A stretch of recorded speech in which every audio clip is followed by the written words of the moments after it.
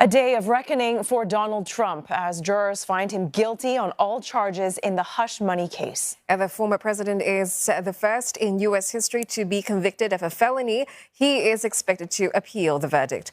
Trump was accused of 34 counts of falsifying business records to suppress negative information during the 2016 elections, including a cover-up of payment to porn star Stormy Daniels.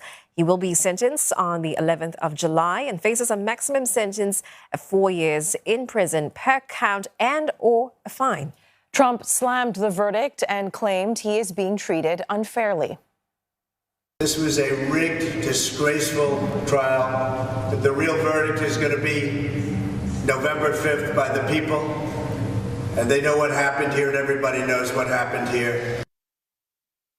For more on this developing story, we're joined now by Sally Patterson, who is live in New York.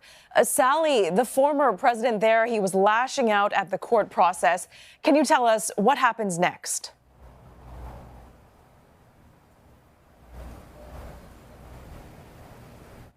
Well, there's no real precedent for a situation like this here in the United States, because this is the first time ever that a president or former president has been found guilty on these criminal charges that Donald Trump faced, 34 in total.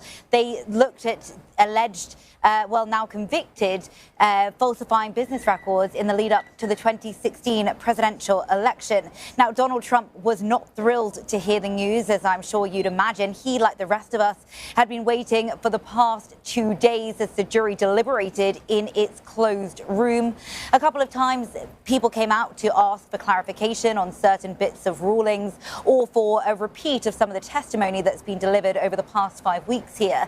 And then they went back into that room, and we all thought that there was going to be another day of deliberations by the jury, because it reached the end of the jury's day at court and still no verdict. But then just around 4:30 p.m. local time, we had a note passed through to the judge which said, "We, the jury, have got our verdict." They came back into the courtroom, and one by one they decided that Donald Trump was in fact guilty of all of those 34 felony counts. When he heard the news, Donald Trump visibly reddened in the face. He looked frustrated, upset.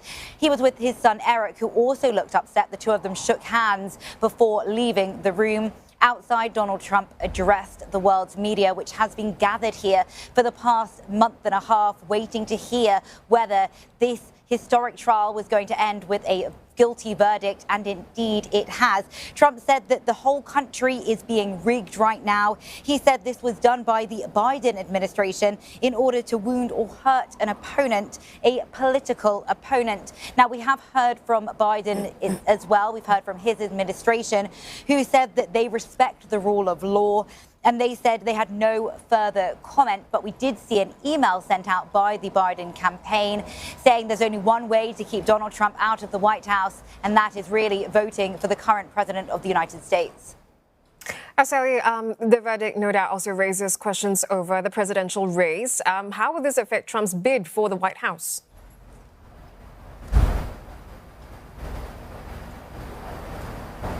Well, Donald Trump is still allowed to run for the Oval Office, even if he's a convicted felon here in the United States. He's lived here for more than 14 years. He's the right age in order to be able to run. And so he is still able to, despite this criminal record now attached to his name. However, there is concern by some over whether this will impact whether people want to vote for a convicted criminal. A poll that was put out by NPR, which is a radio station, found, this is ahead of the verdict being delivered, that around 70% of people said a guilty verdict would not impact how they felt in the race for the White House. They said they would continue to vote or not vote for Donald Trump if a verdict like this came through. And I'm sure there'll be plenty more polling in the coming days and months. Only 5 months to go now until that crucial election, where we'll get a sense of what the electorate thinks about this historic moment. Donald Trump says that that he is a political prisoner. That's how he's put it out to his supporters, sending round a message soon after that verdict came through with a picture of his fist defiantly in the air, saying he will continue to campaign, saying that this is all, as he said all along, a political witch hunt by his opponents to try and keep him from getting back into office. I've been speaking to his supporters over the past few weeks who have continued to stand by the man they want to see back in the White House. They are frustrated and angry by many of Biden's policies, including over immigration, crime levels and the economy. They think there's only one man who can fix it, a felon or not, and that is Donald Trump. All right, Sally, thank you very much for that report. Sally Patterson, live in New York. Well, for more, let's now speak with Trisha Craig, Executive Director, Princeton Institute for International and Regional Studies at Princeton University. Trisha, thank you very much for coming on the program.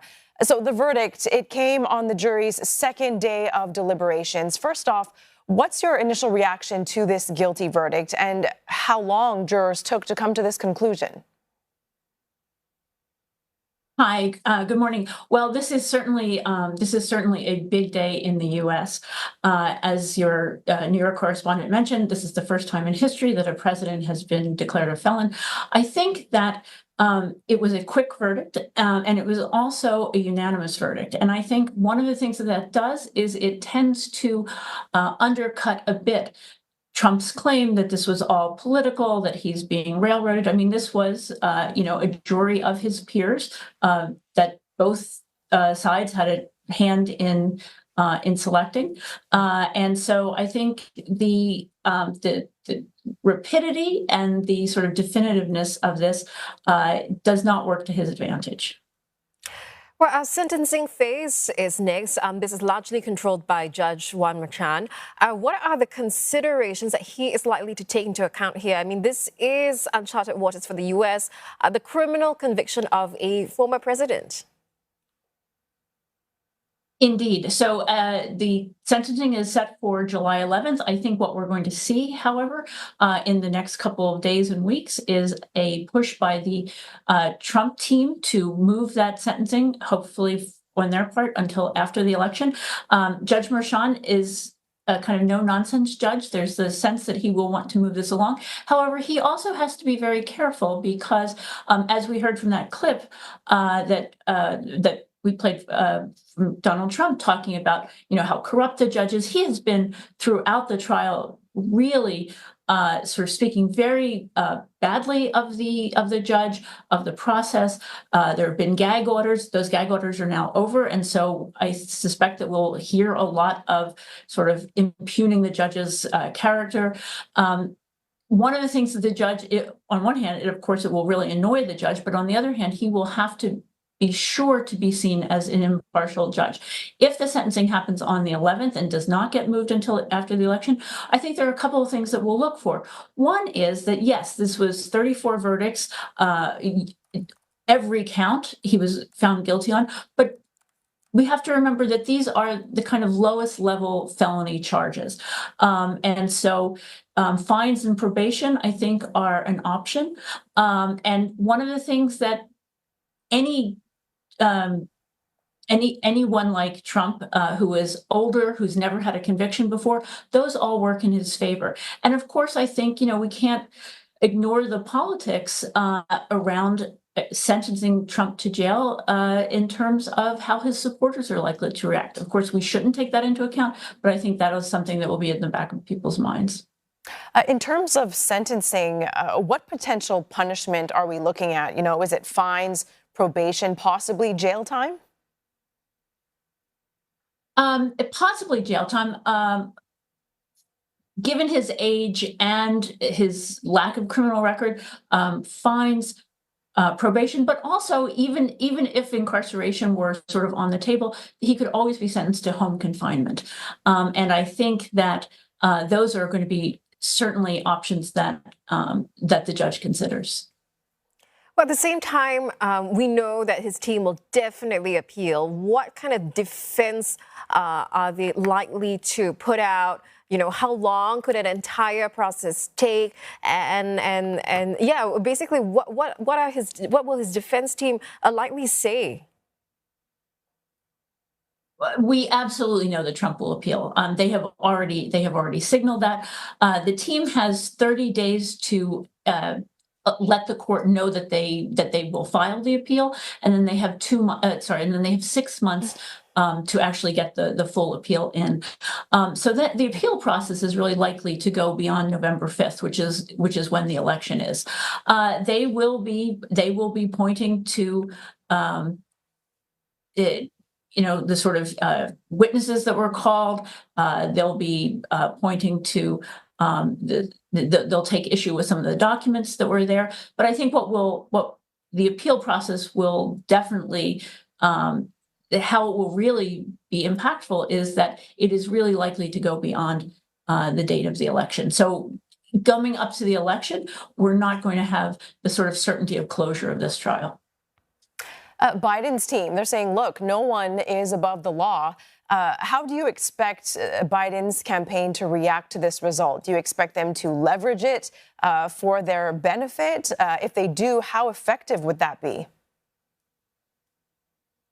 So yes, and at every step of Trump's legal problems, not just these charges, but some of the other trials he's been involved in, the White House has been consistently saying this is up to the criminal court system. This is no one is above the law, but they are staying as far away from this as possible. And we see that Trump is trying to pull them into it as he claims that this is all a Biden plot. But I think one of the things that we're seeing is that it will free the Biden campaign somewhat to turn this into an issue.